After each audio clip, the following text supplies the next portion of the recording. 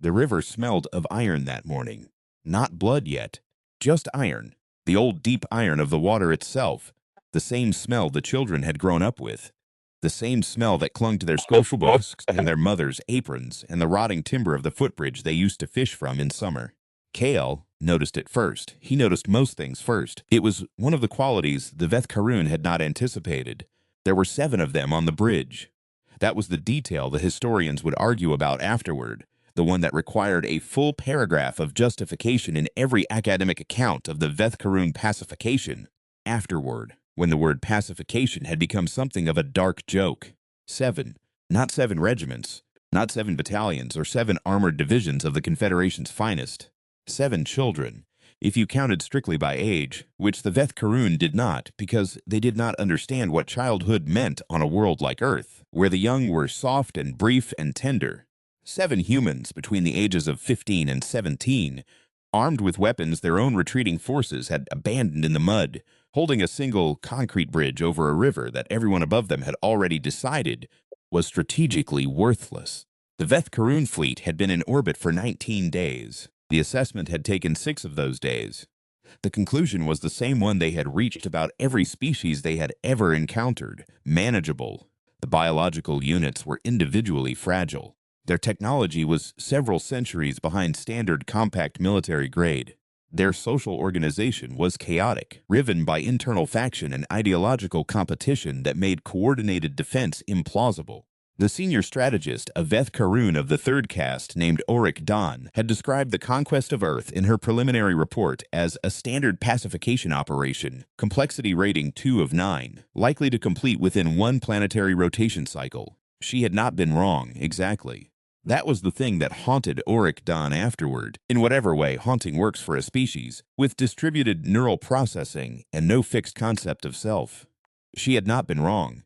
The numbers were the numbers. The technology gap was real. The political divisions were real. The Earth's military forces had broken quickly, in the way large things break. Not all at once, but in cascading failures. Each collapse opening the way for the next, the way a structure becomes rubble.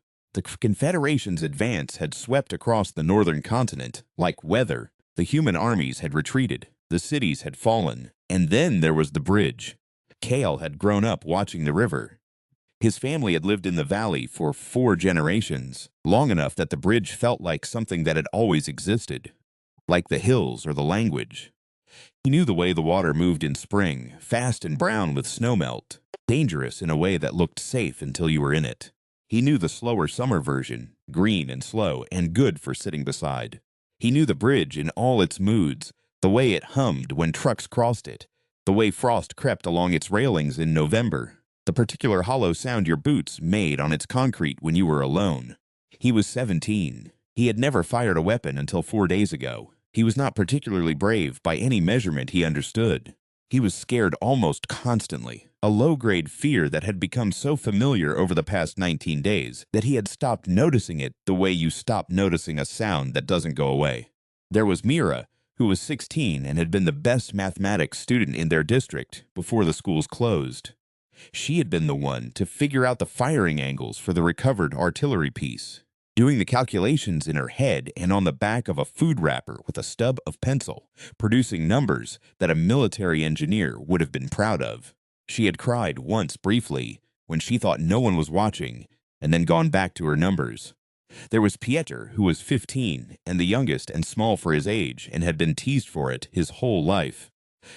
Pieter had been the one to keep watch the first night, without being asked, who had stayed awake until the others woke on their own, who had said nothing about it afterward, and nothing about the dark circles under his eyes. There was Dessa, who had been Kale's neighbor since they were both in diapers, and who had a habit of humming when she was nervous. Old songs her grandmother had taught her, fragments of things without names. She hummed now, barely audible above the river, while she checked and rechecked the load on the weapon she'd claimed as her own. There was Tom, who was 16 and built like something assembled from spare parts, and who had wanted to be a doctor before the invasion. He had already used that ambition twice, once on Mira's shoulder after the second skirmish, once on his own leg, calmly, without much ceremony, removing a piece of shrapnel with a knife he'd sterilized in river water and doing a serviceable job of it. There was Iria, 17, who had not spoken much since the third day, but whose stillness was the stillness of a person thinking, not a person lost. She watched the northern approach the way Kale watched the river, with the specific attention of someone who had studied a thing long enough to know it in all its moods. And there was Rin, who was the funniest of them, or had been, who still managed occasional remarks that made the others laugh, despite everything, which was, Kale thought, its own kind of courage. Ryan had a scar along his jaw now from the mortar strike on the second day, and it had not diminished his capacity for observation. "They don't understand us," he had said the night before, and when the others had looked at him, he'd added, "I mean that literally, not philosophically. I watched one of them, through the scope, I mean, and it looked at Dessa's barricade for a long time, like it was trying to categorize it. Like it had a box for every other barricade it had ever seen, and our barricade didn't fit in any of the boxes." Kale had thought about that all night. The Veth Karun were not cruel in any way they would have recognized as cruelty. They were efficient. When they assessed a position as defended, they sent a force scaled to that defense. When they found resistance, they calculated the cost of overcoming it against the value of the position and acted accordingly. They had done this across 11 worlds. The calculation had never once surprised them. A bridge over a minor river in a third-tier settlement on an already collapsing world was, by the numbers, worth approximately 40 standard units of compact military force, with a 94% probability of neutralizing the defense in under 2 hours. Auric Dawn had allocated 60 units, which was generous, a rounding error of caution. What she had not allocated for was the possibility that the defenders would not understand the calculation. The first assault came at dawn, a probe, 12 units crossing the field north of the river. Iria had spotted them 20 minutes before they were visible to the others, had quietly redistributed the group's positions without waking anyone she didn't need to wake.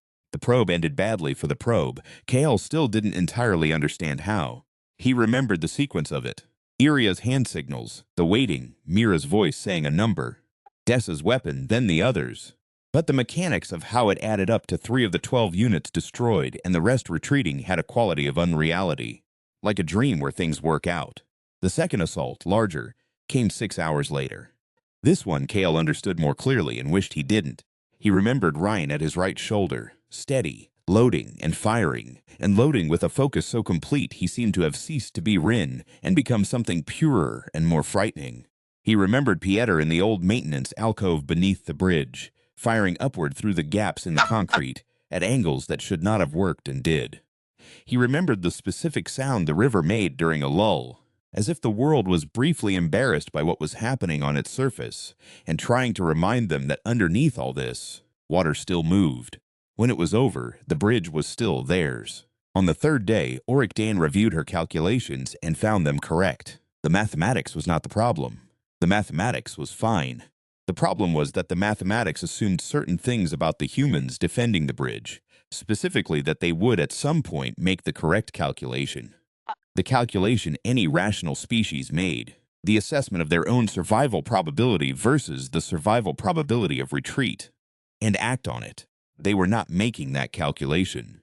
She sent a messenger unit to the bridge under the neutral signal, the recognized invitation to communicate that worked on every world she had ever operated on. The unit broadcast on all frequencies, and in the 4 languages the Veth Karun had learned in their first days on Earth. It offered terms. Not generous terms. The Veth Karun were efficient, not kind, but survivable ones. Surrender, withdrawal, processing, relocation. The standard package. She had offered this to defended positions before, and the defenders had always eventually taken it. Because a living species prefers living. The girl, Mira, Kale would tell people later, although he wasn't certain they believed him, had emerged from behind the concrete barrier with her hands visible, as the Veth Karun required, and had stood in the middle of the bridge for a long moment looking at the messenger unit. She had said something in a language the unit didn't yet have, and Kale had translated. She had said, he told it, that she needed to think about it, and she would have an answer by morning. Kale translated this, and the messenger unit transmitted it to Auric Dawn, and there was a pause. Kale could see the unit processing. The faint color shift in its outer shell that he had learned was the equivalent of a frown, and then it said that the offer was not structured to include deliberation time. Mira had looked at Kale. He had looked at her. Something passed between them. Not quite amusement, not quite defiance. Something that was both and neither. "Tell it," Mira said, "that we're thinking about it anyway." The messenger unit had returned to the North Bank. The morning came and went. The offer was not renewed. What Auric Dawn understood eventually was that she was dealing with something she did not have a category for. She had a category for suicidal defenders, species for whom death was preferable to surrender for religious or ideological reasons. She had a category for confused defenders, species with command structure breakdowns who fought on from inertia. She had a category for tactical defenders, species holding a position because they genuinely believed it was critical to a larger strategy. The 7 humans at the bridge did not fit any category. They did not appear to want to die. They were clearly afraid. Their medical situation was increasingly precarious. She could see from her surveillance drones that at least 2 of them were dealing with injuries. They did not appear to be operating under orders from a higher command, since the Compact's intelligence confirmed that their side's military had entirely withdrawn from this region. They did not appear to believe the bridge was strategically critical. There was evidence they'd had a conversation about this, in fact, had explicitly discussed and accepted that the bridge was not essential to any larger defense, and yet there they were. She sent a query to the Compact database, a vast repository of every sentient species the Veth Karun had ever encountered. She asked if there was a category for this. The database had a category. It was labeled irrational persistence in the face of non-survivable odds for non-ideological reasons, and had been flagged with a note, behavior documented in 2 prior species. Both cases resolved by attrition. The note was annotated by a researcher she didn't recognize. See also, stubbornness. See also, pride. See also, the specific human phenomenon documented by the Veth Karun Observer Unit on Encounter Day 4, for which we do not yet have a satisfactory term. The note referenced a secondary file. She opened it. The secondary file contained a single video clip, 47 seconds long, captured by a surveillance drone on the 4th day of the Veth Karun presence at the bridge. It showed 2 of the human defenders sitting on the railing of the bridge in the hour before dawn, their feet hanging over the water. One of them, the one with the scar along his jaw, was saying something. The other was listening. After a moment, the other one laughed. Not a large laugh. Not a laugh of someone who had forgotten what their situation was. A laugh that existed alongside the full knowledge of the situation. A laugh that said, yes, and in spite of, and still. Auric Dawn watched the clip 3 times. She did not understand it. She understood, from the database, that she was not supposed to understand it, that every Veth Karun observer who had tried to understand this quality in humans had ultimately concluded that it was something to be noted and filed rather than explained. She noted it. She filed it. She did not, however, feel entirely comfortable with the situation, and this was a new experience for her. Kale didn't sleep much on the 5th night. Dessa did, curled against the base of the concrete pillar like a comma, her weapon in her arms, still humming faintly even in sleep, something her grandmother had taught her. Peter was on watch. Iria was awake but distant, doing whatever Iria did in the dark hours. Tom had cleaned and redressed his own leg again, and was now working through a small notebook, writing something in handwriting too small for Kale to read from where he sat. He sat at the edge of the bridge and looked at the water. The thing was, he knew they were going to lose eventually. He wasn't a child in that way. He didn't have the film reel fantasy of being found by the cavalry, of the tide turning dramatically, of the calculation coming out differently than the calculation said it would. The Veth Karun were going to exhaust them. They were going to take the bridge. The only question was when and what it cost. He had asked himself, on the 1st day and again on the 3rd, whether there was something shameful about this, whether they were just being foolish, whether all the rhetoric about resistance and stubbornness was really just fear of the retreat disguised as principle, whether they were staying because they believed in something or because they were 17 and didn't know how to leave. He hadn't gotten a clean answer. He wasn't sure clean answers were available, but there was the bridge. There was the river he'd grown up watching. There was Dessa's humming and Ryan's jokes and Mira's mathematics and Tom's small, careful handwriting in the dark. There was the specific way the water smelled of iron in the morning. He couldn't make those things mean nothing. He'd tried and couldn't. He thought about Rin's observation, that the Veth Karun didn't understand their barricade, that it didn't fit into any of their boxes. He thought about the messenger unit's pause when Mira had asked for time to think. He thought about the surveillance drones that passed overhead every few hours, since the first day, that were unmistakably still trying to figure something out. He thought, maybe the thing we have is that they're spending as much time trying to understand us as they are trying to defeat us. He didn't know if that was useful. He went to sleep thinking about it anyway. On day 6, two things happened. The first was that Tom finished his notebook and handed it to Cale without explanation. It turned out to be medical notes, an extremely thorough record of every injury the 7 of them had sustained, how each had been treated, what had worked, what hadn't, what he would do differently with better materials, observations on how different bodies responded to different kinds of stress. It was about 30 pages of dense handwriting, and it was, Cale recognized with a chill, very good. Tom was 15 months from being old enough to go to university. He would have been a doctor. He had maybe written something that would help people who came after, if anyone came after. Cale kept the notebook in his inside pocket from then on. The second thing was that one of the Veth Karun units crossed the river 3 kilometers east, alone, without weapons or armor, and sat down on the eastern bank in plain view of Iria's observation post. It didn't advance. It didn't retreat. It sat. After 2 hours, Cale went to look at it through the scope. It was looking back.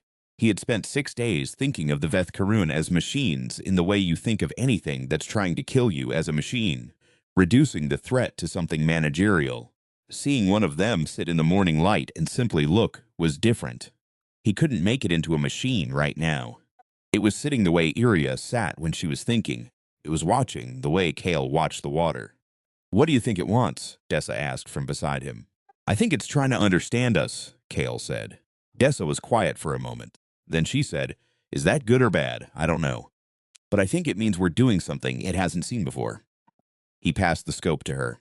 She looked for a long time, and whatever she saw made her start humming again. Something without words, something old and calm. Oricdon had sent Unit 7, the youngest of her assigned personnel, for values of young that applied to a species with a 40-year juvenile development phase.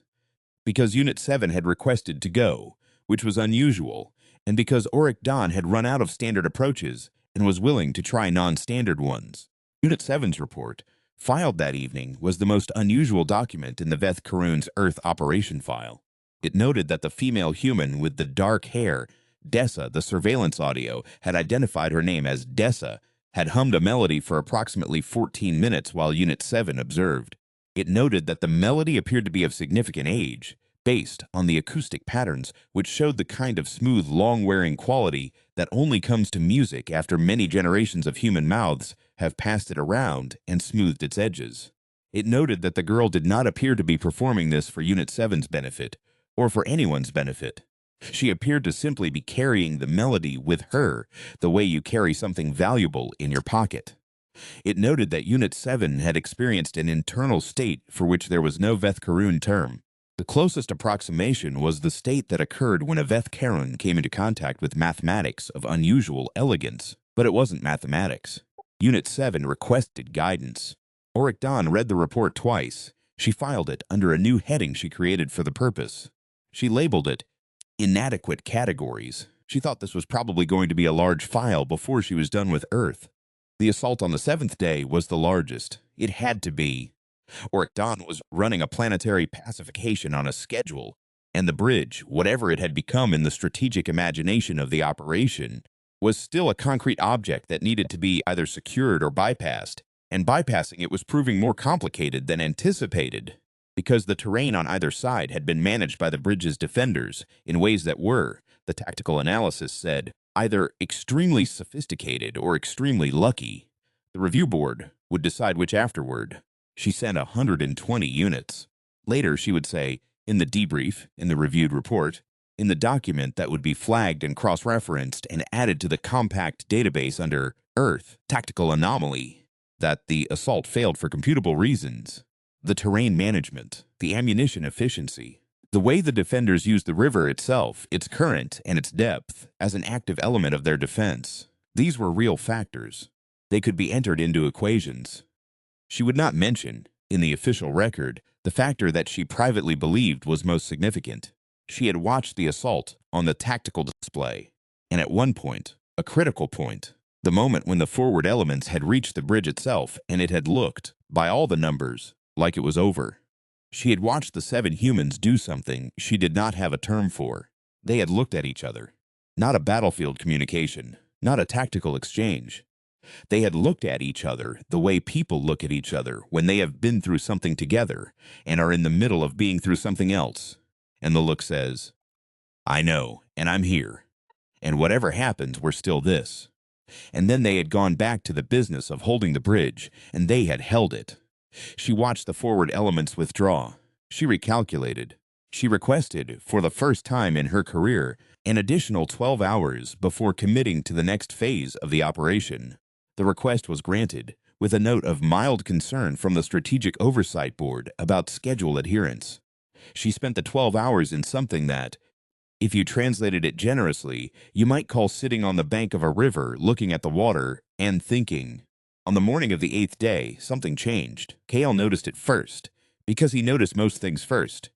The drones were still passing overhead. The Veth Karun units were still visible on the north bank. Nothing had moved in a way that the numbers would call significant, but the quality of the watching had changed. He could not have explained this to anyone's satisfaction.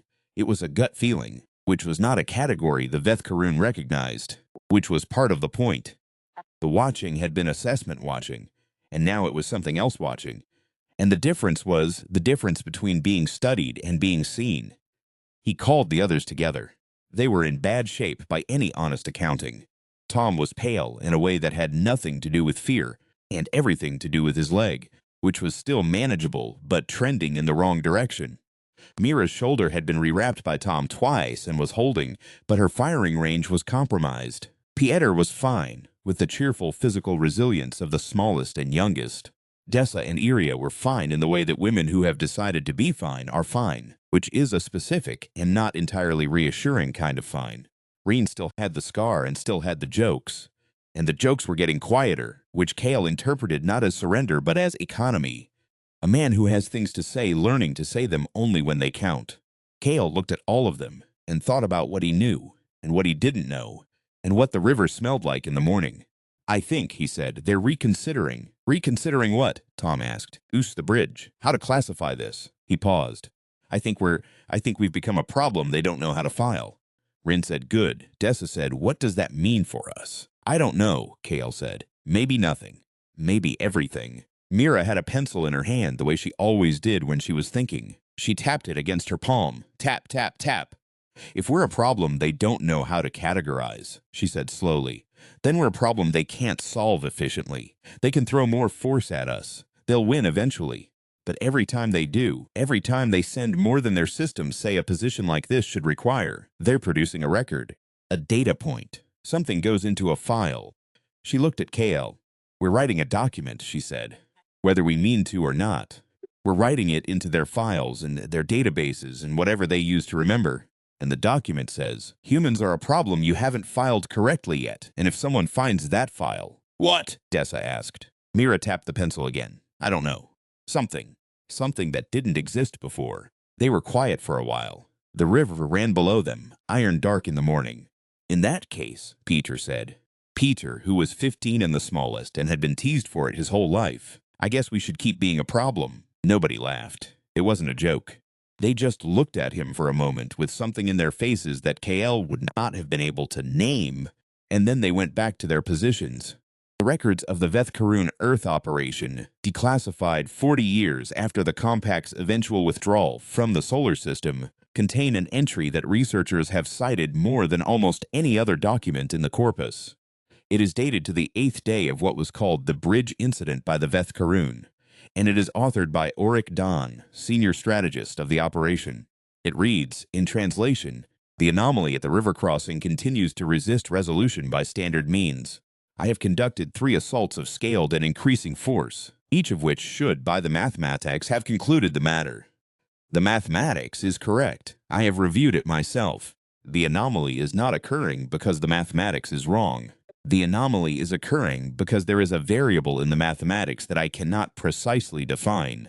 I am categorizing it, provisionally, as follows. The defending units appear to draw something from continued resistance that does not correspond to any survival benefit I can identify. They appear to become more cohesive, not less, as the pressure increases.